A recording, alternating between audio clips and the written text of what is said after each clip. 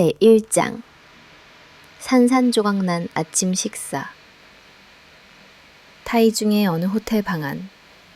갓 내린 커피에 짙은 향기가 진동했지만 공기는 지독하게 차갑고 무거웠다. 그날 아침 이완은의 얼굴은 탱탱한 활 시위 같았다. 그녀의 곱슬머리가 어깨 위로 찰랑거렸고 날카로운 눈빛은 식탁 위 쟁반을 꿰뚫을 듯했다. 그녀가 쟁반을 탁자에 내려놓자 쨍그랑 요란한 소리를 내며 유리컵이 깨지고 샌드위치와 주스, 과일들이 바닥에 흩뿌려졌다. 마치 곧 터질 듯한 토풍의 사곡 같았다. 트앙 우키에는 지친 표정으로 그 광경을 바라봤다. 지난 5년간 그의 마음속에 쌓여온 피로와 분노가 한꺼번에 몰려오는 듯했다. 그근한 샌드위치 하나도 마음에 안 들어? 그가 뱉어낸 말은 분노보다는 절망에 가까웠다. 뭐라고? 겨우 이런 걸로 날 대접해? 당신은 대체 나를 뭘로 보는 거야? 당신과 사는 5년 동안 나는 충분히 고통받았어. 이완은이 소리쳤다. 희엔의 머릿속에서는 과거의 장면들이 파노라마처럼 스쳐 지나갔다. 일자리를 밥 먹듯 그만두던 그녀의 모습, 감당 못할 빚더미, 그리고 사소한 일에도 고집을 부리며 그를 깎아내리던 무모한 성격. 이 모든 것이 마치 쇠사슬처럼 그의 가슴을 옥죄고 있었다. 그는 숨막히는 듯한 압박감을 느꼈다. 바로 그때 그는 이성을 잃었다. 이완은은 여전히 소리를 지르고 있었지만 희엔의 귀에는 아무것도 들리지 않았다. 그의 눈에는 오직 이완은의 목에 있는 핏줄이 튀어나온 것만 보였다. 통제할 수 없는 충동이 그를 지배했다. 그의 손은 마치 굶주린 짐승처럼 뻗어나가 이완은의 가느다란 목을 꽉 움켜쥐었다. 임계점을 넘은 분노.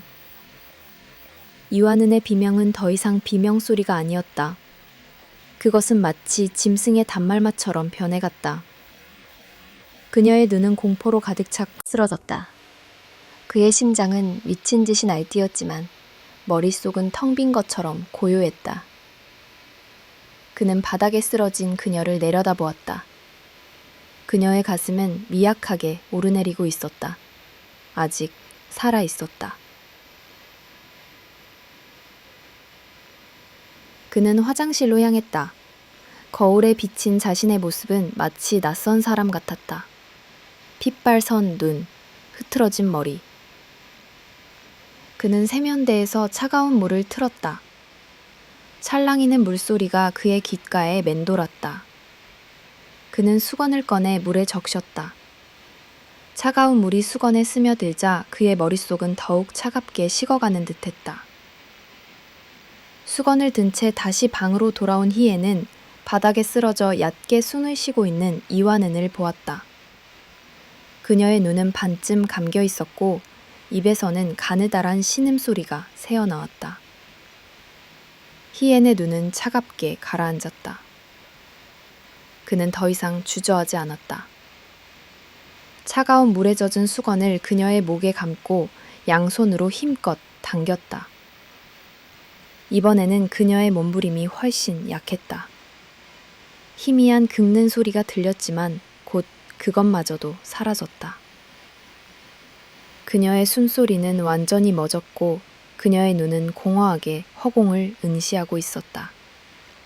희애는 수건을 풀었다. 그녀의 목에는 선명한 핏자국이 남아있었고 마치 삶과 죽음의 경계선처럼 끔찍한 푸른 멍자국이 새겨져 있었다. 그는 그녀의 차가운 눈동자를 보며 자신이 방금 저지른 끔찍한 일에 대한 현실을 직시했다. 이제 되돌릴 수 없었다. 죽음의 침묵과 차가운 계획 이완은의 몸이 바닥에 힘없이 늘어지자 방 안은 마치 진공 상태에 놓인 듯 모든 소리가 멎었다. 희엔의 심장 소리만이 쿵쿵쿵 마치 거대한 북소리처럼 그의 귓가에 울려 퍼졌다. 그는 멍하니 서서 그녀를 내려다보았다. 그녀의 눈은 반쯤 뜨여 있었고 그 공허한 시선은 마치 살아있는 모든 것을 빨아들이는 블랙. 조용히 방을 둘러보았다. 바닥에 흩어진 샌드위치 부스러기와 깨진 유리 조각들. 그는 마치 아무 일도 없었던 것처럼 무릎을 꿇고 꼼꼼하게 바닥을 닦았다. 한 조각의 부스러기도 남기지 않았다. 그는 욕실로 들어가 피 묻은 손을 씻었다. 차가운 물줄기가 손가락을 타고 흐르는 동안 그는 마치 로봇처럼 기계적으로 움직였다. 그는 이완은의 시신을 침대 위로 옮겼다.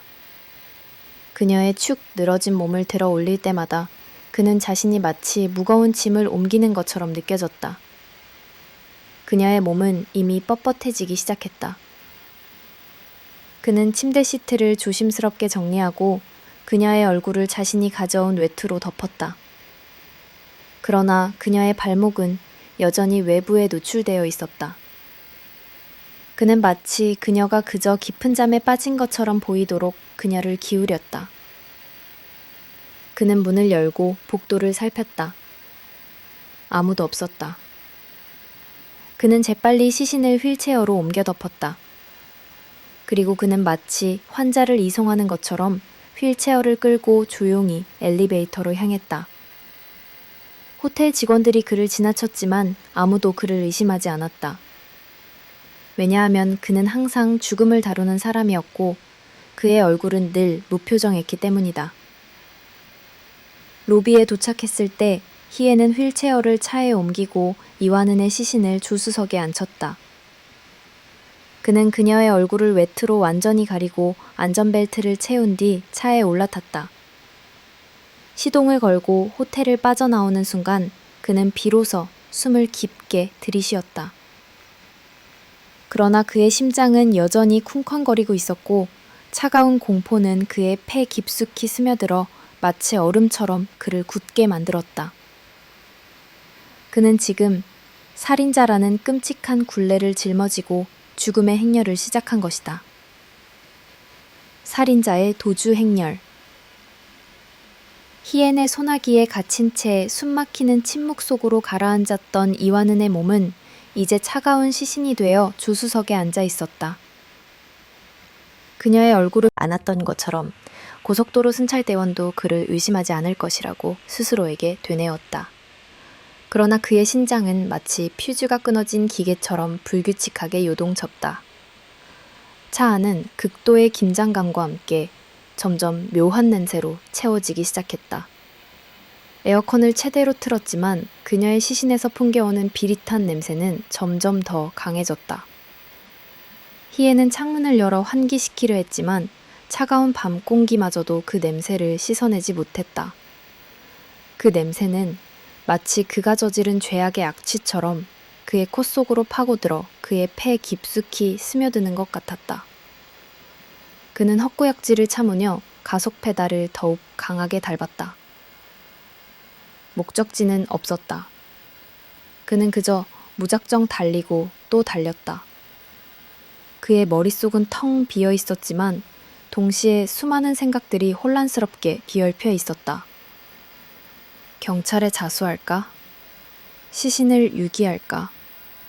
아니면 나도 따라갈까? 그는 문득 자신이 장례 서비스 직원이라는 사실을 떠올렸다. 남의 죽음을 수없이 많이 보았지만 자신이 직접 죽음을 만들어낼 줄은 몰랐다. 그는 시신을 다루는 데는 전문가였지만 살인자가 되어 시신을 유기하는 일에는 전혀 경험이 없었다. 그는 거울로 자신의 눈을 보았다.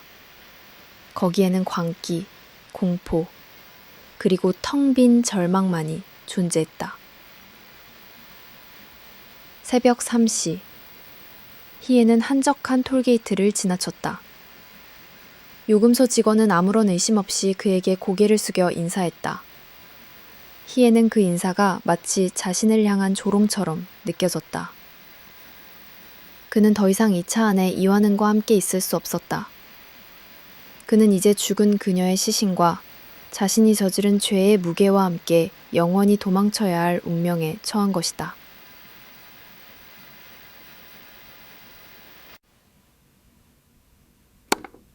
맨제이에는 한진자의 첫 번째 자살 시도.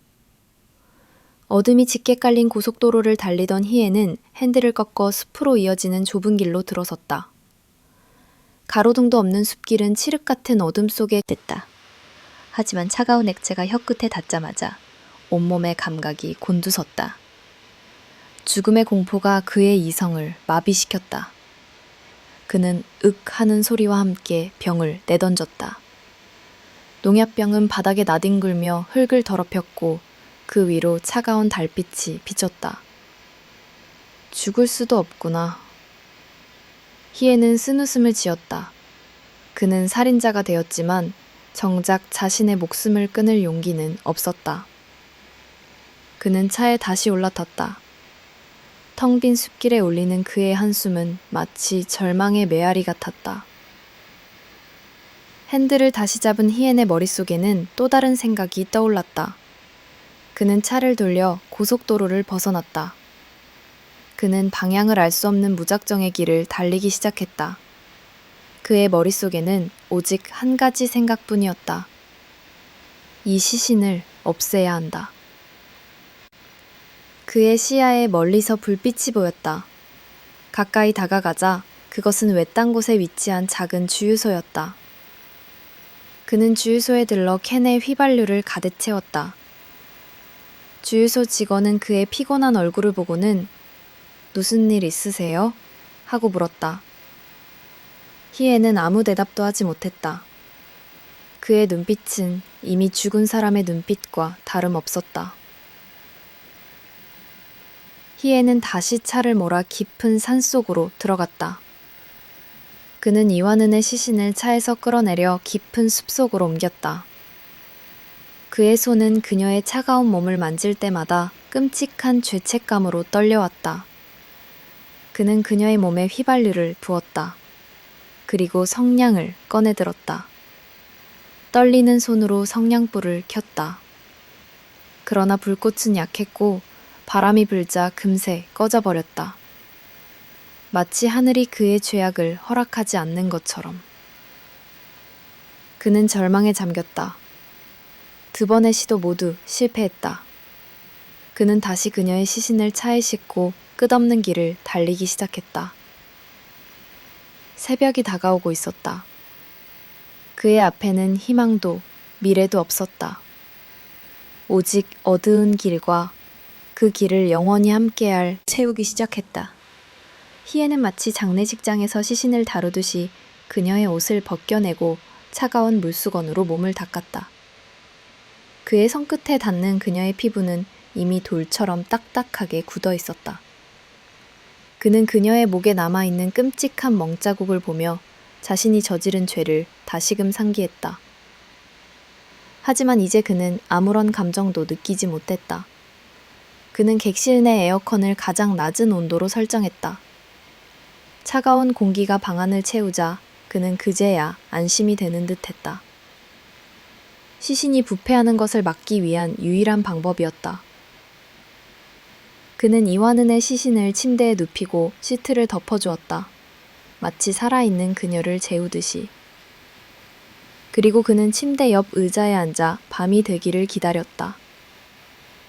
시간은 더디게 흘렀다. 창밖은 여전히 밝았지만 희엔의 마음속은 이미 깊은 밤이었다. 그는 아무것도 먹지 않았고 마시지도 않았다. 그저 앉아 있었다. 시신이 누워있는 침대 옆에서. 그의 시선은 허공을 향했지만 그의 머릿속은 온갖 악몽들로 가득 차 있었다. 그는 이완은의 목소리가 들리는 듯했고 그녀가 비명을 지르는 듯한 환청에 시달렸다. 그는 소름이 돋아 몸을 떨었다. 저녁 8시. 해는 이미 지평선 너머로 사라졌다. 방 안은 어둠으로 가득 찼고 에어컨 바람만이 기계적으로 돌아갔다. 희애는 자리에서 일어났다. 더 이상 이 방에 머물 수 없었다. 이완은의 시신은 더 이상 차갑고 딱딱한 시체가 아니었다. 그것은 마치 그가 숨쉬는 모든 공기를 죄악으로 물들이는 거대한 존재처럼 느껴졌다. 그는 다시 시신을 트렁크에 옮기고 호텔을 빠져나왔다. 차가운 밤 공기가 그의 얼굴을 스쳤다. 그는 자신이 마치 시체를 싣고 다니는 유령 열차의 기관사처럼 느껴졌다. 그의 눈은 이미 희망을 잃었고 그의 영혼은 지옥의 문턱에 서 있었다. 그의 앞으로 펼쳐진 길은 끝없는 어둠이었고 그는 이제 되돌아갈 수 없는 강을 건넌 것이다. 타오르는 소리가 들려왔다. 작은 불꽃이 어둠 속에서 희미하게 빛났다. 희애는 모든 창문을 닫고 차가 서서히 연기로 가득 차기를 기다렸다. 그는 운전석에 기대어 눈을 감았다. 코끝으로 들어오는 연기 냄새가 그의 폐를 가득 채우는 것을 느꼈다. 그는 이제 곧 모든 고통이 끝날 것이라고 생각했다. 그러나 얼마 지나지 않아 그는 이상한 낌새를 눈치챘다. 연기 냄새가 희미해지고 있었다. 그는 눈을 떴다. 숯불은 마치 처음부터 타오르지 않았던 것처럼 검은 덩어리 그대로 놓여 있었다. 그는 라이터를 다시 켰다. 불꽃은 여전히 약했고 숯은 불에 붙지 않았다. 그는 끈질기게 다시 불을 붙이려 시도했다. 그러나 불꽃은 타오르자마자 꺼져버렸다. 마치 숲속의 신이 아니면 죽은 이완은의 영혼이 그의 자살을 막는 것처럼. 그는 절망에 빠졌다. 그는 숯을 모두 차 밖으로 내던졌다. 그리고 캔에 담아온 휘발유를 꺼냈다. 그는 차에 불을 지를까 생각했다. 이완은의 시신과 함께 모든 것을 불태워버릴까? 그러나 그의 손은 떨렸고 그는 감히 그럴 용기가 없었다. 그는 다시 운전석에 앉았다. 그의 심장은 마치 거대한 드럼처럼 그의 가슴을 두드렸다. 공포, 좌절, 그리고 텅 빈 절망이 그의 영혼을 갉아먹었다. 그는 다시 차를 몰기 시작했다. 그는 자신이 마치 유령처럼 끝없이 죽음을 찾아 헤매는 운명에 처한 것 같았다. 그의 앞에는 숯불 연기처럼 희미한 희망도 없었다. 오직 어둠, 그리고 끔찍한 진실을 담고 있는 트렁크만이 그의 유일한 동반자였다.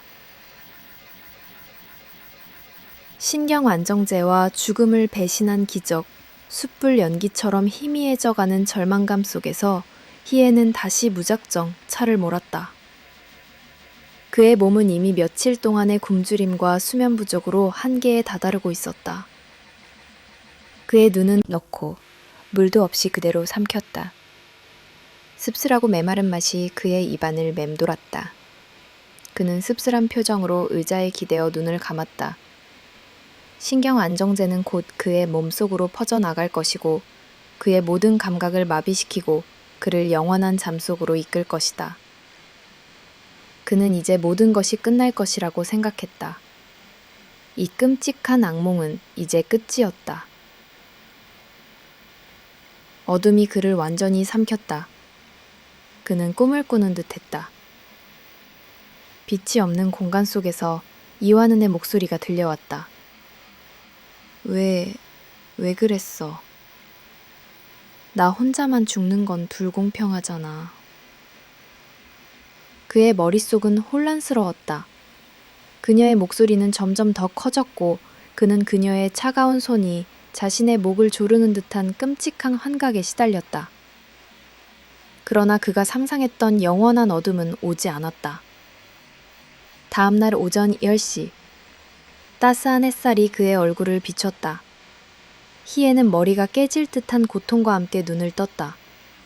그는 아직 살아 있었다. 신경 안정제는 그를 영원한 잠으로 이끌지 않았다. 오히려 그를 깨웠다. 그는 멍하니 자신의 손을 보았다. 그의 몸은 여전히 차가웠고 그의 마음은 여전히 공허했다. 그는 자신이 마치 죽음을 배신한 불운한 영혼처럼 느껴졌다. 그는 다시 운전대를 잡았다. 차 안은 여전히 이완은의 시신이 뿜어내는 악취로 가득 차 있었다. 그녀의 시신은 이제 더욱 끔찍하게 부패하기 시작했다. 그는 이 끔찍한 동반자와 함께 끝없는 고속도로 위를 다시 달리기 시작했다. 그의 머릿속에는 오직 한 가지 생각만이 남아 있었다. 이제 도망칠 곳은 없다. 지금의 고속도로. 파괴된 차량. 신경 안정제는 희엔을 영원한 잠으로 이끌지 못했다. 대신 그의 정신을 몽롱하게 만들었고 판단력을 흐렸다. 그는 끔찍한 압취가 진동하는 차 안에서 마치 좀비처럼 고속도로 위를 달리고 있었다. 그의 눈은 이미 충혈 소리가 고속도로 전체에 울려 퍼졌다. 충격으로 인해 차의 앞부분은 완전히 찌그러졌고 앞 유리창은 산산조각이 났다. 타이어가 터지며 연기가 피어올랐다. 희엔의 몸은 핸들에 강하게 부딪혔고 그는 의식을 잃은 채 운전석에 축 늘어졌다. 차는 가드레일에 박힌 채 멈춰 섰다.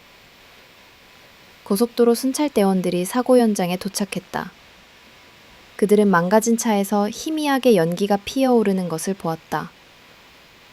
차의 찌그러진 앞부분을 본 그들은 심각한 사고임을 직감했다.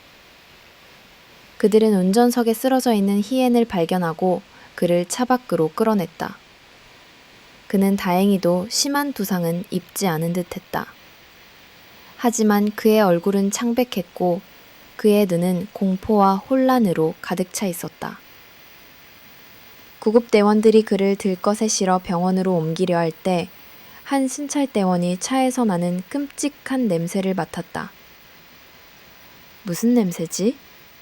시큼하고 썩은 냄새 같은데? 그는 고개를 갸웃거리며 차 주변을 맴돌았다. 찌그러진 차의 트렁크 틈새로 검은 봉투 같은 것이 보였다. 그는 트렁크를 열었다. 그리고 그는 그곳에서 그의 평생 잊을 수 없는 끔찍한 장면을 목격했다.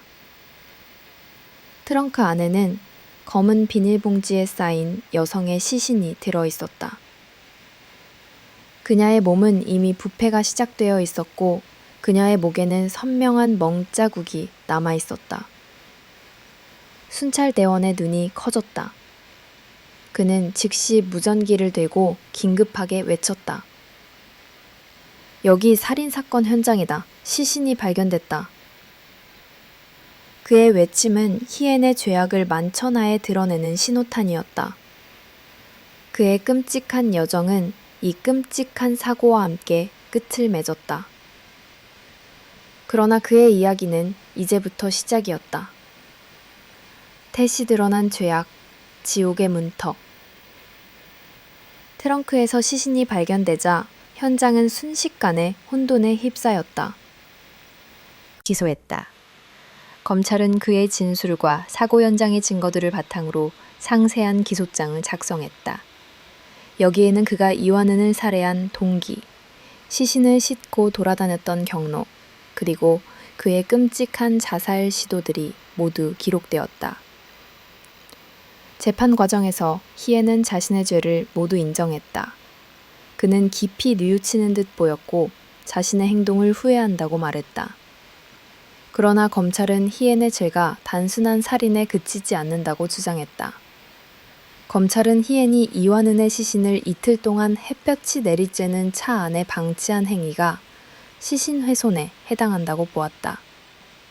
시신훼손은 단순한 살인죄를 넘어선 또 다른 중범죄였다. 이는 고인의 가족들에게 엄청난 정신적 고통을 안겨준 잔인한 행위였기 때문이다. 희엔의 죄는 이제 단순한 분노의 결과가 아니었다.